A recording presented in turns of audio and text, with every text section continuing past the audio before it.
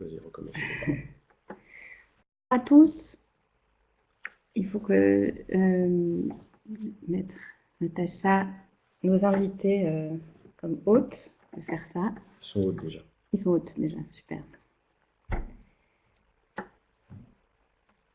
Alors, ils nous rejoignent, Natacha Crinier, Carole Dolignon et Florent Merlet, mon collègue. Donc, on va démarrer. Bonjour à tous, merci de nous rejoindre pour ce premier webinaire de la communauté APIS. Alors, on va passer 45 minutes ensemble. Une partie va être un temps d'échange avec nos invités, avec nos intervenants, et une partie, on va prendre des questions des participants que vous êtes. Donc, n'hésitez pas à taper des questions dans la partie conversation qui s'affiche sur votre écran.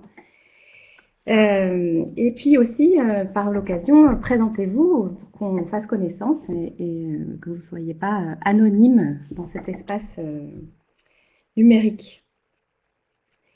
Donc, je me présente, je m'appelle Nathalie Yacoca, je suis chef de projet ingénierie de formation à la mission innovation, au lab d'apprentissage. Je suis en charge notamment du suivi des communautés et je suis avec mon collègue Florent Merlet, qui est à mes côtés. Bonjour à tous. Et qui est technopédagogue. Il va animer avec moi en s'occupant dans une première partie de toute la technique et puis dans une seconde partie, il va récupérer les questions des participants pour avoir des retours de Natacha et Carole. La mission innovation donc soutient les démarches d'innovation et elle fait en sorte de répondre, d'outiller les collectivités pour répondre de façon nouvelle à des enjeux sur les territoires, en créant de la valeur sociale, démocratique, et en prenant en compte toutes les parties prenantes, autant les usagers, les collaborateurs, les citoyens. Une des actions dont on va reparler tout à l'heure, c'est l'Université de l'innovation publique collaborative.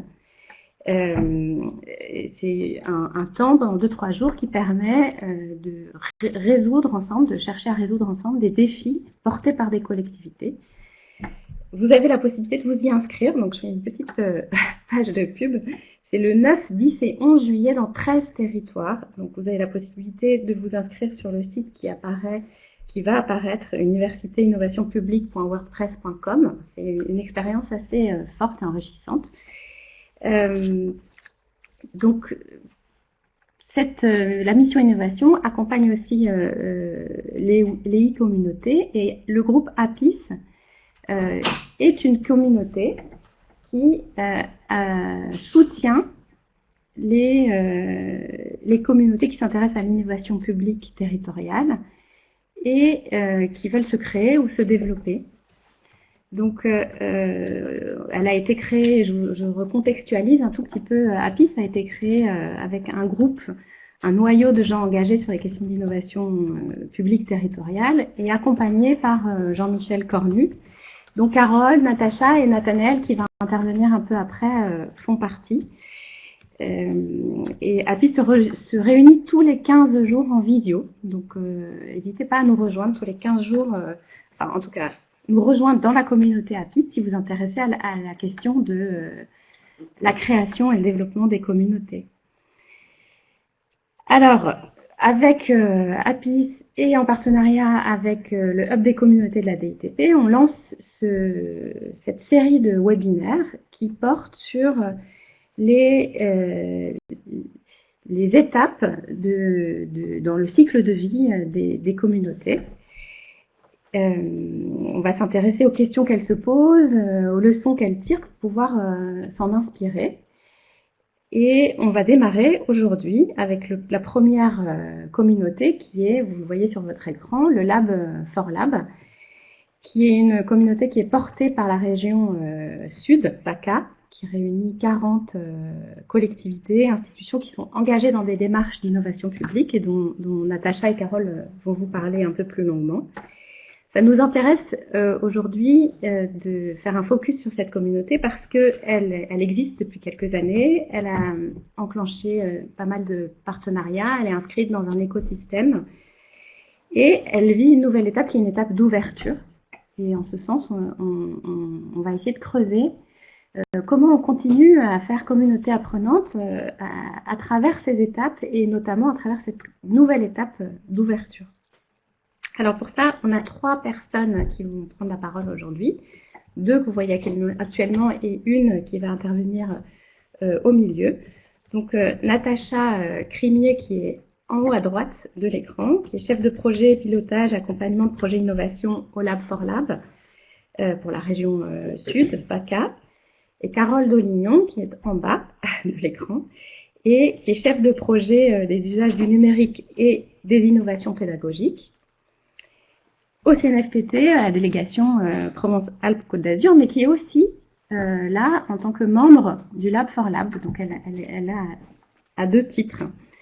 Et puis on verra tout à l'heure un retour d'expérience, un rapport d'étonnement de Nathanaël Dufy-Ménard, qui est consultant en transformation des territoires et des organisations publiques au sein de Transition territoriale et qui est aussi un ancien directeur général des services d'une commune. Donc, il a rencontré le Lab4Lab, Carole et Natacha, lors d'une rencontre et il va nous faire un retour de cette expérience-là pour qu'on ait un second regard, un troisième regard sur cette communauté. Bonjour à vous deux, Natacha et Carole. Bienvenue. Alors, Natacha, je vais commencer par une question qui s'adresse à toi. Est-ce que tu pourrais rapidement nous raconter l'histoire du Lab4Lab, son contexte de création, sa raison d'être, qu'est-ce qui y est proposé, et puis si tu peux terminer par nous dire en quoi, pour toi, c'est une communauté apprenante. Oui, bien sûr. Bonjour à tous. Alors, juste une petite précision. Moi, je suis chef de projet au sein du laboratoire d'innovation publique de la région et non pas chef de projet au Lab4Lab, mais je m'occupe aussi de l'animation de ce réseau régional. Donc, effectivement, Lab4Lab, c'est un réseau qu'on a créé pendant la semaine de l'innovation publique en 2016, partant du constat qu'on voyait apparaître sur le territoire régional un ensemble de laboratoires d'innovation publique, de missions innovation ou d'équipes innovation au sein des collectivités. On participait parallèlement au réseau Futur Public à Paris, qui est piloté par la DITP, anciennement SGMAP. Et on s'est fortement inspiré de cette communauté Futur Public pour créer notre réseau, en se disant que sur le territoire régional, il y avait certainement matière à se rencontrer, à collaborer, à échanger, à mutualiser sur nos pratiques en termes d'innovation publique. Donc c'est un peu la raison, la raison d'être en 2016 du lancement de ce réseau. Donc on a démarré à 10 structures, on est aujourd'hui une quarantaine de structures donc publiques et on commence à s'ouvrir vers le privé. Donc monde associatif ou entreprise. Et effectivement, donc ce qu'on propose effectivement au sein du réseau, c'est de se connaître, c'est d'échanger, donc de la veille, des actus, des événements, de faire ce relais entre le niveau national et le niveau régional, pardon. De mutualiser, donc on mutualise par exemple un ensemble de formations où on va mutualiser des compétences, on va mutualiser des lieux, etc. On mutualise aussi des outils et des ressources et on a aussi des projets collectifs qui sont portés par les membres du réseau. Donc l'évolution du réseau est un projet collectif, mais on a aussi des projets qui se font plutôt de façon bilatérale ou à deux, trois structures sur des sujets communs. Juste un tout petit exemple pour illustrer ça. On a 2 structures qui envisagent de déménager ou de réaménager des bureaux Et donc, elles vont bosser ensemble pour voir comment elles peuvent le faire en allant à la rencontre des usagers, donc des gens qui vivront et qui travailleront dans ces bâtiments par la suite. Donc, ça, c'est un des exemples de projets collectifs portés dans le cadre du réseau. Voilà. Pour répondre à ton dernier point sur la communauté apprenante, donc effectivement, c'est une communauté apprenante dans la mesure où on s'enrichit de l'expérience des uns des autres. Donc effectivement, c'est le retour d'expérience est très important, la mutualisation également. Et c'est une communauté apprenante aussi dans la mesure où la communauté se remet tout le temps en question. C'est une communauté qu'on a co-construite dès le départ. On a travaillé sur quelles étaient nos valeurs, quels étaient nos objectifs, qu'est-ce qu'on souhaitait partager, comment on allait fonctionner, etc. Et donc, chaque rencontre est un moment aussi où on se repose la question, ou alors on travaille sur l'évolution du réseau, etc. Donc, on est en progression constante et voilà, on apprend de façon Merci. Une question qui s'adresse à toi, Carole, pour compléter la présentation de Lab4Lab. Donc Lab4Lab s'inscrit dans un écosystème de l'innovation publique territoriale. Est-ce que tu peux nous présenter un peu quelles sont ces collaborations, ces partenariats, et puis nous dire ce qu'ils ont apporté ou transformé pour les parties prenantes?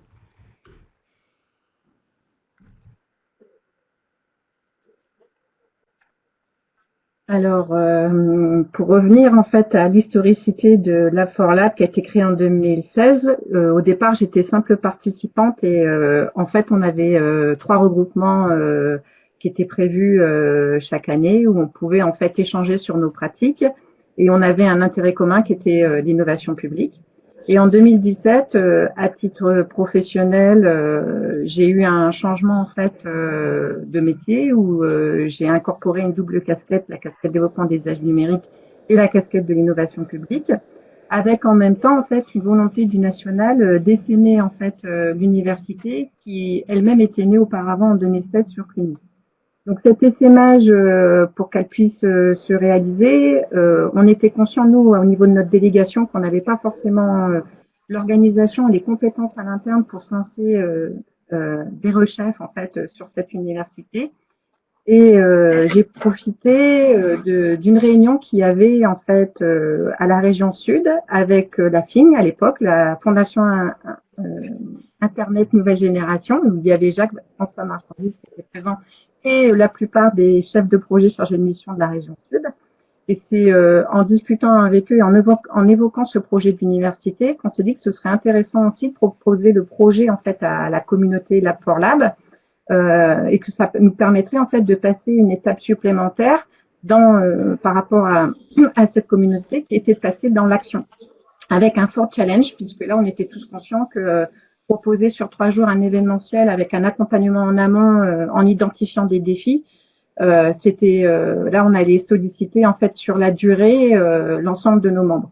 Donc les types de contributions, elles ont été multiples. On a aussi bien eu des personnes qui ont pris en fait des rôles, donc des ressources humaines. On a eu également en fait des échanges de pratiques. On avait des membres qui étaient déjà aguerris aux méthodes de design thinking, de co-conception ou à la facilitation et qui ont pris naturellement un rôle ou qui ont eux-mêmes porté un défi, puisque au sein de leur collectivité ou de leur institution, il y avait un besoin émergent ou une problématique qui faisait écho en fait à notre territoire de Provence-Alpes-Côte d'Azur, qui a permis en fait de proposer jusqu'à 3 défis qui ont été portés notamment par la Poste et également Lab4Lab au titre du campus de l'intelligence collective. On a gagné beaucoup de temps par le biais de ce défi parce qu'en fait en posant les bases en fait de la communauté, ça nous a permis ça a permis surtout à l'équipe en fait de s'interroger et de prendre du temps et de l'espace pour préfigurer ce que sera en fait notre communauté si on veut qu'elle évolue dans le temps et qu'elle se pérennise. Alors tout n'était pas à garder bien sûr, puisqu'en fait on a eu par exemple l'idée d'un bus mobile et là pour des questions de faisabilité en fait on n'a pas gardé ce bus, mais on a gardé l'idée en fait de la mobilité parce qu'on était conscient aussi qu'une communauté, elle doit bouger, elle doit être vivante, et que en allant dans des lieux accueillis par nos partenaires, ça permet aussi en fait d'ouvrir notre champ d'expertise, le champ des possibles, et découvrir d'autres aménagements possibles dans d'autres lieux. Voilà. Donc vous voyez, c'est vraiment en fait la possibilité de faire reconnaître des complémentarités en termes de compétences, en termes de capacité des individus, et puis d'associer ces connaissances avec celles des autres. Voilà. Ça a été vraiment en fait les formes de collaboration on a pu avancer avec la communauté. Alors ça, c'est à l'interne, mais à l'externe, en plus, en participant en fait à d'autres actions que l'Université de l'innovation publique, à des actions qui sont proposées par les membres, ça permet aussi d'ouvrir en fait son réseau, de rencontrer d'autres professionnels qui portent aussi l'intérêt en fait sur l'innovation publique. Je pense notamment à la DINSIC, à la DITP, à tous les professionnels, au secteur privé qu'on a le bénéfice de rencontrer dans le cadre de cette communauté, et qui permettent aussi en fait de faire émerger des besoins nouveaux ou des besoins actuels qui n'avaient pas forcément été identifiés auparavant. Donc nous, au titre du CNFPT, c'est extrêmement intéressant parce que ça nous permet en fait justement de prendre en compte en fait notre écosystème dans ses besoins, dans son environnement dans lequel il gravite, avec l'ensemble des parties prenantes sur un intérêt commun. Est-ce que vous avez senti que votre dynamique, c'est-à-dire entre ce qui se passait le Lab for Lab avec l'université de l'innovation publique, avec les expériences avec la DITP, la DINSIC, est-ce que ça on a entendu que ça a fait bouger pour vous, pour le Lab for Lab, des choses. Est-ce que vous avez la sensation que ça a fait bouger des choses pour le territoire aussi?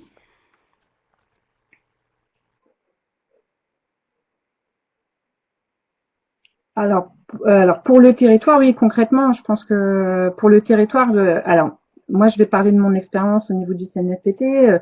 En fait, il y avait un constat que au niveau des collectivités, il fallait aller chercher des alternatives en fait à des nouveaux besoins émergents au niveau du service public.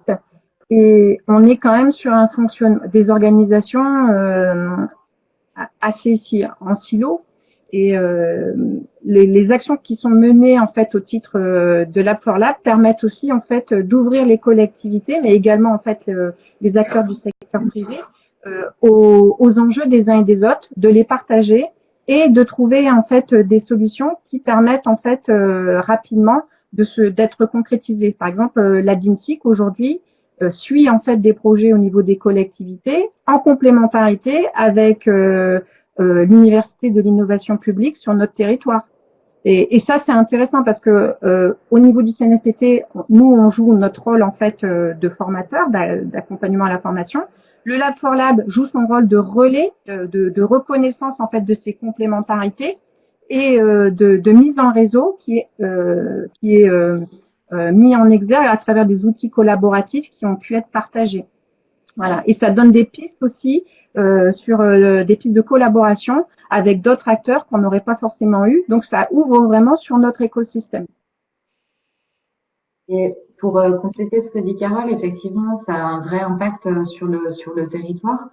Donc c'est vrai qu'au niveau de la communauté Lab for Lab, on a fait le choix d'intégrer à la fois l'université d'été, mais aussi la semaine de l'innovation publique comme étant des gros temps forts du réseau.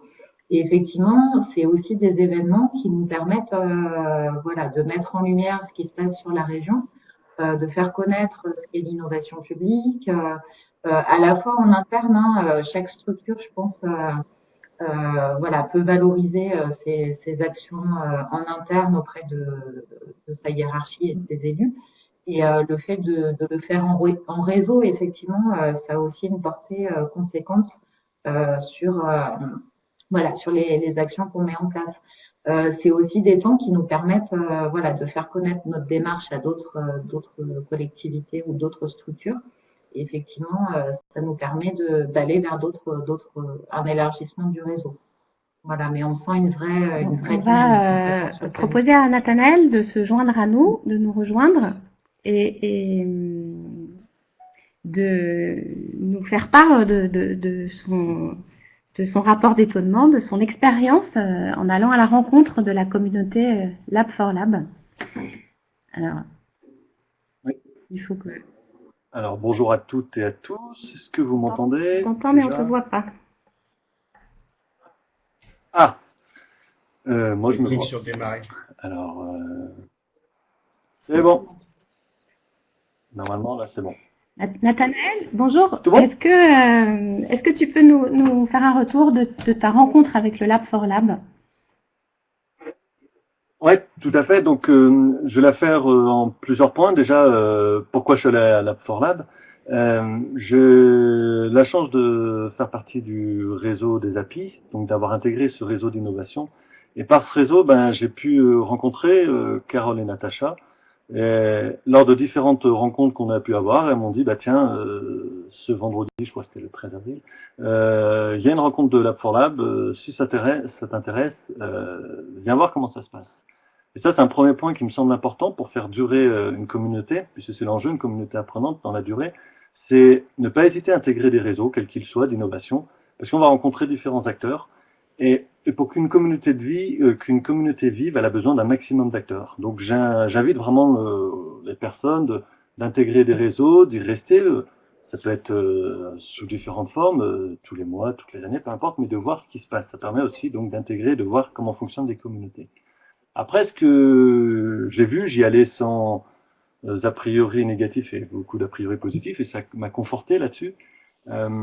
C'est que j'ai vu un beau moment et un bon moment d'échange, tant sur la forme que sur le fond, parce que c'était lorsqu'on est allé, il y avait une trentaine de personnes qui se connaissaient, qui avaient les mêmes problématiques, qui venaient d'endroits différents, et avec des modes d'échange. Il y a le terme bienveillant qui ressort souvent, mais qui était vraiment bienveillant dans le sens, c'est les gens emmenaient leurs idées, leur expertise, leur expérience, il n'y avait aucun jugement et on pouvait emmener des idées diverses. Ce qui permet à un moment de pouvoir, l'innovation, à un moment, c'est essayer de penser autrement, et c'est vraiment des temps posés qui permettent de penser autrement. Il y a aussi quelque chose d'important, c'est qu'on n'y va pas que pour penser ou pour souffler, on y va aussi pour avoir des cas concrets, des retours d'expérience sur lesquels on peut s'appuyer. Et ça, pour moi, c'est ce qui permet de faire durer la communauté dans le temps, c'est que moi, le matin, il y avait 2 expériences où j'ai pu 2 retours d'expérience, où moi-même j'ai pu prendre beaucoup d'outils. Il y avait l'IRD, l'Institut de recherche et de développement, qui a pu faire une première intervention où ils ont pu donner des cas concrets de réussite à la communauté. Un cas concret, moi, il y a 3 points qui m'ont marqué. C'est qu'il est important lorsqu'il y a de l'innovation d'avoir une direction qui accompagne le changement, ou même de créer une direction à l'accompagnement de changement. Il y avait aussi des exemples, un moment de temps d'échange et d'expertise. Ils avaient appelé ça le midi des petits pas. Donc on voyait vraiment, il y avait des choses concrètes qui étaient réussies, qui étaient propagées à l'ensemble de la communauté, qui pouvaient se l'approprier. Et au-delà de s'approprier, c'est-à-dire que chaque membre de la communauté avait un référent à un moment en train de dire, tiens, moi je fais partie de cette communauté, et au sein à un moment de mon environnement de travail, je vais peut-être avoir besoin d'un temps d'échange. Je vais voir cette personne qui a mis, par exemple, en place le midi des petits pas. Donc, si je retiens quelque chose sur ce que j'ai vu, c'est que ça peut durer dans le temps, car déjà, c'était très bien préparé. Je pense que ces temps de rencontre et une communauté pour qu'elle dure, ces temps de rencontre avaient été très bien préparés. C'était un temps présent, on était content d'être là, donc quand on est content d'être là, on a envie d'y revenir. C'est un temps présent où on apprend des choses et qu'on peut mettre en application. Et puis, il y a toujours, après, le futur qui est là. On part pas en train de dire, c'est fini.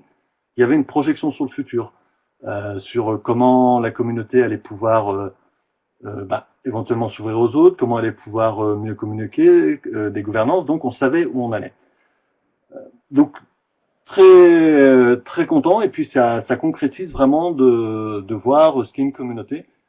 Et si je retiens 2-3 choses sur l'avenir, ça serait intéressant éventuellement que les communautés puissent faire des temps, par exemple, inviter 2-3 personnes extérieures qui sont intéressées par ces moments-là, pour que des personnes extérieures comme moi puissent à un moment voir concrètement comment ça fonctionne, et puis après le déployer, ce qui permet de déployer différentes communautés et de les faire vivre dans le temps. Ça peut être aussi intéressant, je pense, le CNFPT peut aussi peut tirer un moment d'enseignement de ces communautés, de ces moments, parce que il y a des choses qui apparaissent et qui peuvent être transformées en besoin de formation. Donc, ça intéresse un maximum d'interlocuteurs, je pense, que ce soit le CNFPT, que ce soit des acteurs internes, même on a vu des acteurs privés. Donc, tout est à déployer, je pense, en se basant sur ce type de communauté de l'art-for-l'art, mais je sais qu'il y a d'autres communautés qui fonctionnent aussi bien. Et en conclusion, si je devrais conclure, je vais revenir sur l'innovation, parce qu'on a vu que là, il y a un cas concret de communauté qui fonctionne et qui a des expériences concluantes et qui peut les partager. Mais il y a aussi un moment peut-être sur l'avenir que les communautés se questionnent sur l'innovation. Qu'est-ce que l'innovation ? À savoir, alors là c'est mon avis propre, hein, c'est que pour moi faire l'innovation pour faire de l'innovation, ça peut à un moment, on peut aller devant un mur et ça peut à un moment ne pas permettre à faire durer la communauté. Et ce qui pourrait être intéressant, c'est que l'innovation, vraiment s'appuie sur une politique publique, la nourrisse, la questionne, la construise, ça soit une technique pour construire et nourrir ces politiques publiques, et donc savoir quels sont les enjeux des territoires à l'avenir. Et donc, on pense la politique publique, on l'applique, on la construit grâce à l'innovation, mais aussi il y a un enjeu qui va arriver, je pense qu'on va en parler après, c'est comment on évalue ces innovations, ce qui fonctionne pas.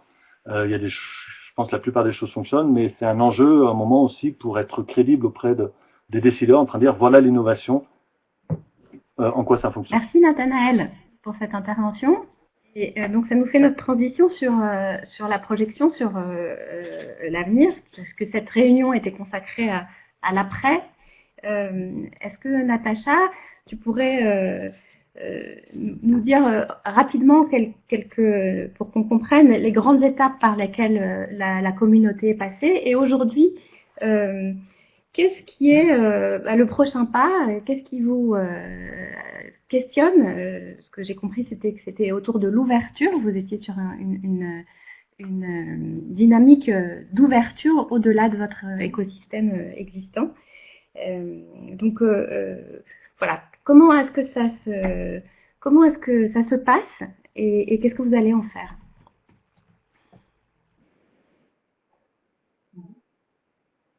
Okay. Alors oui, sur les grandes étapes, effectivement, les premières rencontres du réseau ont été consacrées à la construction du réseau lui-même. Donc c'est vrai que je le disais tout à l'heure, mais ça a pris quand même du temps de travailler sur ce qu'on souhaitait mettre dans le pot commun, quelles étaient nos valeurs, quels étaient nos objectifs, quelles étaient nos modalités de fonctionnement, etc. Donc ça a été vraiment la base de la constitution du réseau. Et ce qui était important, c'était effectivement de le faire ensemble, parce que c'est aussi des choses qu'on porte quand on travaille sur l'innovation publique, et de répondre aussi à nos besoins, nos besoins respectifs en tant que membres. Une étape qui a été aussi importante pour nous, c'est l'université d'été de l'innovation publique. Donc l'année dernière, sur laquelle le réseau a apporté un défi collectif sur le campus de l'intelligence collective. Et Carole le disait tout à l'heure, c'est un moment qui nous a fait, je pense, gagner à l'aise 2-3 ans en termes d'évolution du réseau. Donc c'est vrai qu'on a travaillé sur une hypothèse assez ambitieuse en fait, d'évolution du réseau.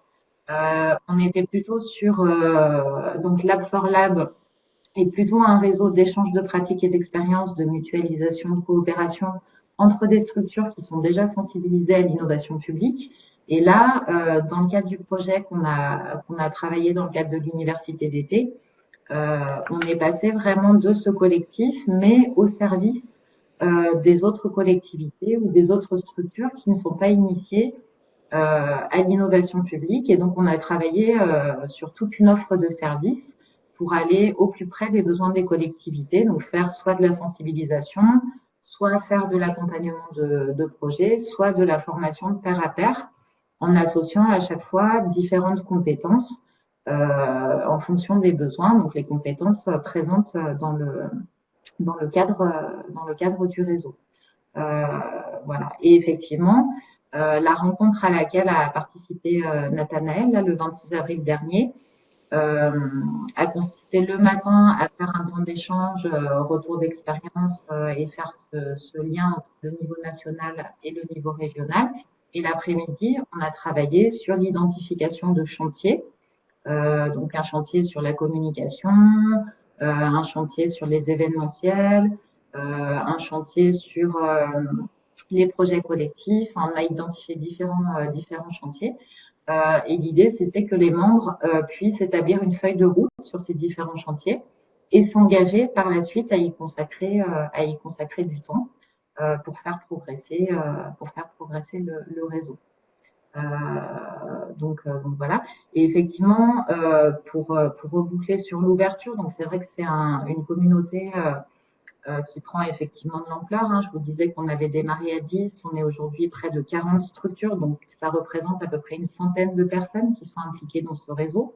Même si on ne se retrouve pas à chaque fois à 100, on est plutôt un petit noyau dur autour de 15-20 personnes.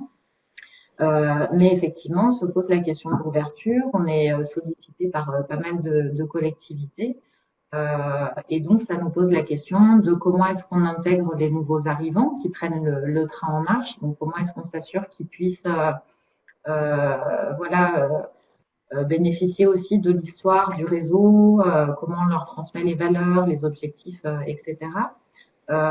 Et puis, on a fait 2 temps forts aussi, je pense, qui vont nous permettre, donc, que sont l'université et la semaine de l'innovation publique, qui sont aussi des moments où le réseau potentiellement peut vraiment s'agrandir. Donc voilà, on verra quand on sera une centaine de structures.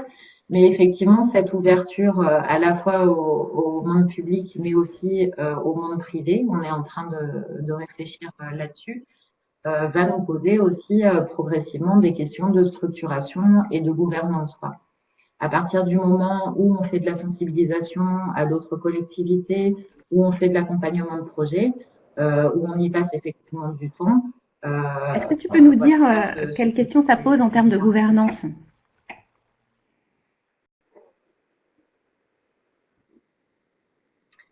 Alors aujourd'hui, on est effectivement une communauté plutôt de professionnels où chacun s'implique en fonction du temps dont il dispose et son envie. Et donc, on n'est pas du tout une structure institutionnelle en fait. On n'a pas de caractère associatif. Donc, chacun met du temps en fait à disposition de la communauté. Effectivement, on s'interroge sur la question des moyens, donc d'éventuels moyens financiers pour conduire nos actions. Aujourd'hui, on a, c'est vrai que je l'ai pas dit, mais on n'a pas de budget non plus. Donc on fait beaucoup de mutualisation, mais voilà, effectivement, c'est des questions qui vont se poser si on fait de l'accompagnement de projet ou si on se déplace sur le territoire ou si on fait de la formation. Effectivement, les gens ayant aussi des missions dans leur propre structure, voilà, ça nous interroge sur sur la gouvernance. Est-ce qu'on irait vers un modèle coopératif, par exemple? Ça aussi, c'est des questions qu'on avait posées pendant l'université d'été, voilà, qui nous restent dans la tête effectivement et qui se poseront certainement Excuse-moi, on a eu un petit souci de son, mais je pense que c'est réglé. On va terminer avec une question pour Carole, au regard de cette expérience que tu as eue et de membres de Lab4Lab et de partenaires collaboratrices sur ce projet au CNFPT. Qu'est-ce qui, selon toi, fait les ingrédients pour faire communauté apprenante dans la durée, spécifiquement par rapport au Lab4Lab? Qu'est-ce qui, selon toi, est à prendre en compte et important?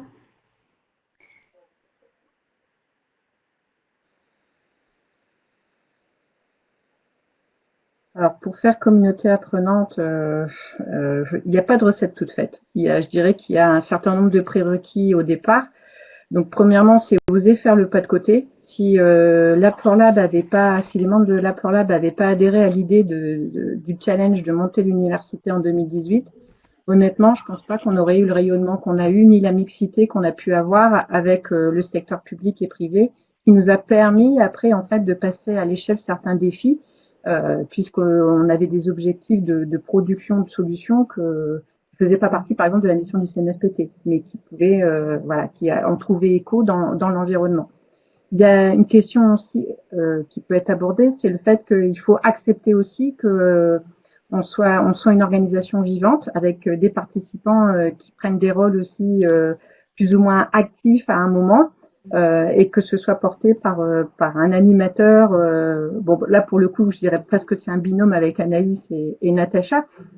Mais c'est aussi faire preuve de souplesse en fait en adoptant une stratégie de petits pas au fil de l'eau pour pouvoir répondre en fait aux besoins aussi bien des membres, des individus qui vont proposer en fait leur expertise, leur savoir-faire, etc. ou mutualiser des moyens matériels, mais également aussi en fait pouvoir s'investir sur des projets qui ne sont pas forcément le sien à côté. Donc il y a cette stratégie gagnant-gagnant à avoir. Et puis cette possibilité de sortir de son cadre habituel, de son établissement, de son institution, pour justement en fait se nourrir en fait des expériences des autres. Ce qui nous manquerait, moi je dirais aujourd'hui en termes d'ingrédients, c'est l'évaluation. C'est la possibilité d'évaluer les impacts de nos contributions respectives. Alors là, on est conscient, par exemple, qu'on a gagné du temps en effectuant le défi sur le campus d'intelligence collective. Et je pense qu'on pourrait peut-être, pour passer une étape supérieure et monter l'escalier de l'innovation publique, il faudrait aussi s'interroger sur quels sont les indicateurs les plus pertinents pour évaluer nos actions réciproques et montrer en fait les atouts comme les limites qu'on peut avoir à travers cette communauté. Voilà. Je pense que le fait qu'on puisse tourner dans des lieux, c'est aussi permettre en fait une meilleure prise en compte de son environnement et des parties prenantes.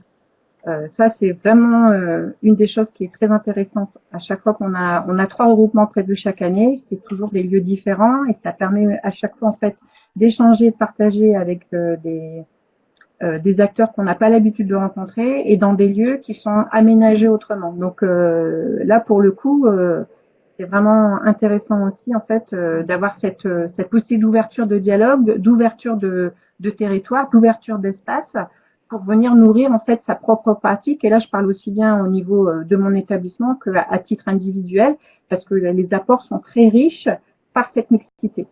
Et c'est ce que je trouve qui est vraiment intéressant avec l'App4Lab, c'est que en fait déjà on vient avec son nom, on vient pas avec son métier ni forcément avec son établissement, mais par contre en fait il y a vraiment ces espaces d'échange qui sont intéressants et qui sont re-questionnés. La dernière réunion qu'on a eue auquel a assisté Nathanaël, et je finirai là-dessus, j'ai trouvé très intéressant qu'on ose se poser la question si ça valait le coup qu'on continue l'université ou si on pouvait remettre en cause le cadre de l'université tel qu'il était proposé, etc.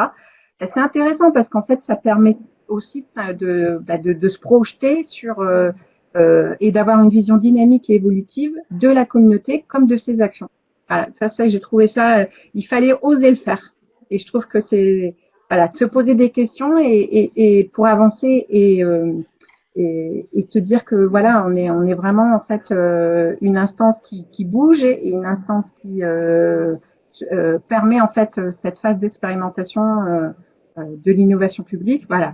C'est quelque chose qu'il faut aussi faire et c'est là aussi où on peut se poser la question en fait de notre gouvernance puisque ça interroge aussi en fait des possibilités, des champs de Je passe la parole à Florent qui va prendre les questions des participants et puis vous en proposer certaines.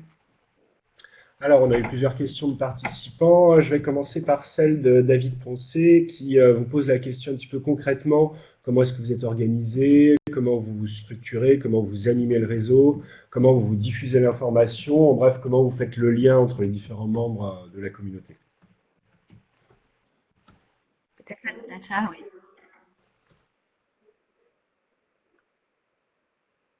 Ok. Alors, Oui, là-dessus, sur les modalités de fonctionnement, effectivement, on a un certain nombre de rencontres physiques qui sont régulières. Donc, vous voyez à l'écran la façon dont on a organisé nos rencontres, en fait. Comme le disait Carole, on a effectivement l'université d'été qui est qui nous prend pas mal de temps entre avril, juin et jusqu'à juillet, où les membres sont fortement impliqués, soit en tant que porteurs de défis, en tant que facilitateurs ou dans les différents rôles. Donc, on a choisi de faire un autre temps de rencontre en septembre pour faire plutôt un retour sur des pratiques ou capitaliser, etc. La semaine de l'innovation publique en novembre, sur laquelle on s'implique aussi fortement. Donc l'année dernière, on a proposé un gros événement visant à mettre en lumière les différentes actions, les différentes initiatives sur le territoire. Et donc, on a un autre temps de rencontre en mars-avril, où là, on s'est dit que ce serait intéressant de faire des rencontres thématiques. Et donc, la prochaine rencontre sur laquelle on va travailler portera sur la santé et le social, parce qu'on a beaucoup de membres de la communauté qui travaillent sur ces champs-là.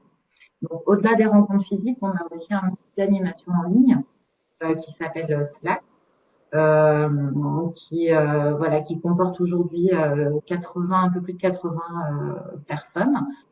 Et donc, on essaye de faire vivre aussi cette communauté en ligne. Et on essaye parce que de la même façon, pour toutes les communautés, le petit noyau dur de contributeurs, on a effectivement ce noyau dur qui est très actif et on aimerait inciter aussi une plus grande partie des membres à poster, à contribuer, etc. Donc sur cet outil en ligne, on va partager plutôt de la veille, des actus, des événements, des formations auxquelles on participe, etc. C'est vraiment un outil qui nous permet de rester en contact tout au long de l'année entre les différents événements.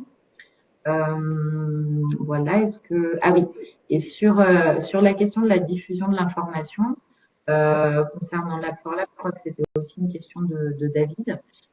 On commence à travailler sur des supports de com. Donc là, vous voyez un essai de plaquette qui est encore, elle n'est pas terminée, c'est un work in progress. Mais on a travaillé effectivement sur un logo, sur une plaquette qu'on va diffuser la première fois pendant l'université d'été pour inciter les structures, les participants à nous rejoindre. On travaille aussi à la réalisation d'un site, d'une page LinkedIn, avec des membres qui sont intéressés pour y travailler. On est aussi en train de faire une base de compétences. Super. Et ça fait lien un petit peu avec la question de Philippe Gambier qui nous dit que pour pérenniser la communauté, ça passe par des moyens. Tu as déjà évoqué le fait qu'à l'heure actuelle, il n'y a pas de moyens financiers, mais tu évoques beaucoup de moyens humains.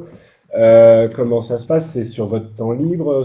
Comment vous gérez cette question des moyens, des ressources?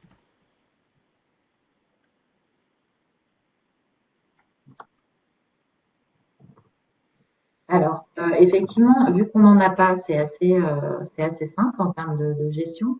Non, je plaisante, mais effectivement, c'est vraiment les gens participent sur leur temps de travail. Moi, j'ai un peu de temps prévu dans ma fiche de poste consacrée à l'animation du réseau. Donc voilà, mais j'ai beaucoup d'autres projets par ailleurs, donc je peux pas y consacrer non plus un temps plein ni un mi-temps. Voilà, les petites choses qu'on a trouvées pour l'instant, en attendant de se doter de moyens si on y vient, c'est vraiment de travailler sur la mutualisation, de mutualiser ensemble des formations, c'est-à-dire quand une structure accueille une formation, elle propose à des membres du réseau d'y participer. On a mutualisé récemment une stagiaire qu'on a accueillie 3 mois au sein de la région, une stagiaire en design de service, et on a proposé à une autre structure du réseau de l'accueillir pour transférer aussi ses compétences en termes de design de service. Et on continue à assurer avec Anaïs Triolaire, qui est ma collègue, on continue à assurer le tutorat de cette stagiaire qu'on voit toutes les semaines. Voilà, on mutualise nos moyens de déplacement, on mutualise nos salles de réunion, on mutualise absolument tout ce qu'on peut mutualiser. Voilà, pour pallier à l'absence de moyens. Ok. Mais Sur un effectivement, autre c'est une question sujet, qui sera amenée David à se toujours nous poser pose la à question se de poser. quelle frontière il existe entre Lab for Lab et le lab de la région sud. Comment tu arrives à faire la part des choses ou,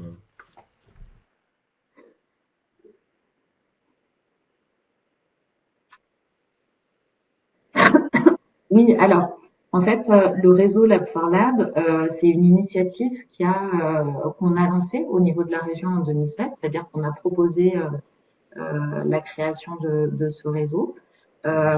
Et comme je le disais tout à l'heure, moi, j'ai une petite partie d'animation du réseau. Euh, donc voilà, la région, elle assure vraiment le fil rouge de ce réseau, c'est-à-dire qu'on va s'assurer de la cohérence entre les différents temps de rencontre et on va s'assurer aussi des objectifs, d'atteindre les objectifs qu'on s'est fixés rencontre après rencontre. Donc nous, on est là vraiment comme un fil conducteur, on va dire. Mais effectivement, on fait en sorte à chaque fois, comme le disait Carole, de tourner de lieu en lieu, c'est-à-dire que pour chaque rencontre, on demande à une structure de se porter volontaire, et c'est la structure accueillante qui va travailler sur le déroulé de la journée, sur les expériences à faire partager, euh, nous proposer aussi de nous faire découvrir des techniques d'animation, par exemple. Donc on essaye de faire en sorte que chaque structure puisse animer une rencontre et prennent aussi la main. Donc on est vraiment dans de la co-animation qu'on souhaiterait renforcer, voilà. On ne veut pas du tout assumer ce rôle de leader Ok, ou très bien. Je me de permets une bras. dernière question. On est plus dans la Je sais qu'on est arrivé à co-construction quasiment à et la dans fin. la On a même un peu co-animation. dépassé le temps prévu. Mais peut-être vous l'avez déjà évoqué sur la connexion entre l'innovation publique et privée. Est-ce que vous auriez un exemple de moment d'échange ou de projet que vous avez pu avoir avec le secteur privé?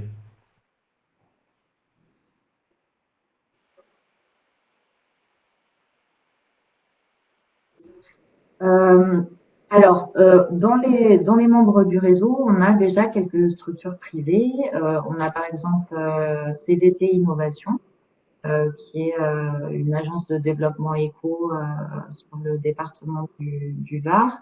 On a une couveuse d'activité. On a la Poste aussi, qui a un statut un peu particulier. Euh, un projet collectif, on n'en a pas, donc hormis TVT qui travaille avec un laboratoire qui est porté par la DDCS, donc la Direction départementale de la cohésion sociale du Var, où là il y a vraiment une coopération public-privé. Au niveau du réseau, pour l'instant, on n'a pas encore engagé ce type de collaboration avec le privé. La tentative qu'on a fait l'année dernière, c'est pendant la semaine de l'innovation publique, où effectivement on s'est adressé à un ensemble d'acteurs privés pour leur faire connaître nos démarches et pour leur faire connaître que l'innovation, elle se passait aussi dans le secteur public. Et on a réussi à toucher quelques structures privées. Je pense qu'il faut aussi qu'on fasse cet effort d'aller les rencontrer et de voir sur quel point on pourrait collaborer. Voilà. Donc ça aussi, c'est une réflexion qu'on a et je pense qu'on progresse. En tout cas, le souhait de la communauté, c'est vraiment de s'ouvrir, de pas rester entre soi, entre collectivités, mais de bien, s'adresser aussi à d'autres types de structures, que ce soit des grands groupes qui ont aussi des fonctions lab. Ça peut être tout à fait intéressant de pouvoir échanger avec eux. Ou alors, on a aussi, par exemple, un réseau sur la région qui s'appelle le Club Open Innovation, qui met en relation des startups et des grands groupes. Bien. Ça fait Alors j'en aussi profite partie juste des pour terminer structures sur qu'on a cette histoire repérées d'ouverture. Carole échangeait avec des participants ici sur le Slack. Peut-être que si Carole, tu pourrais peut-être en parler juste de vive voix, voir un petit peu est-ce que c'est un moyen pour les personnes qui sont ici présentes de participer à cette communauté ou de l'intégrer, etc. Est-ce que tu peux en dire un peu plus, Carole?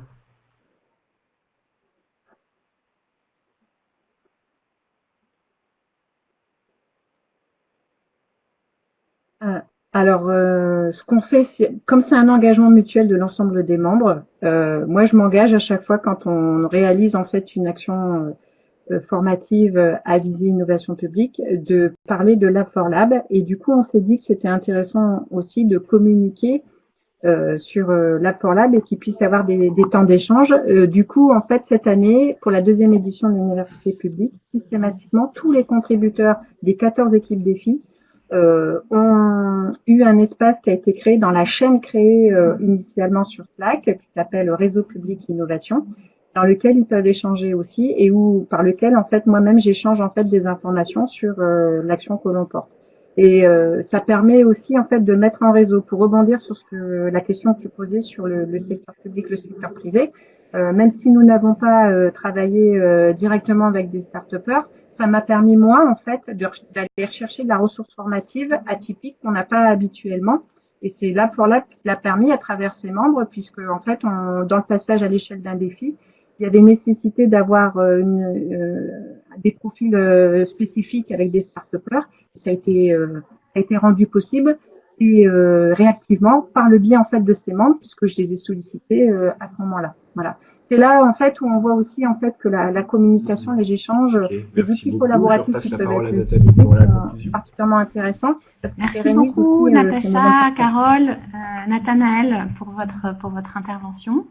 Je précise que ce webinaire était enregistré, donc vous pouvez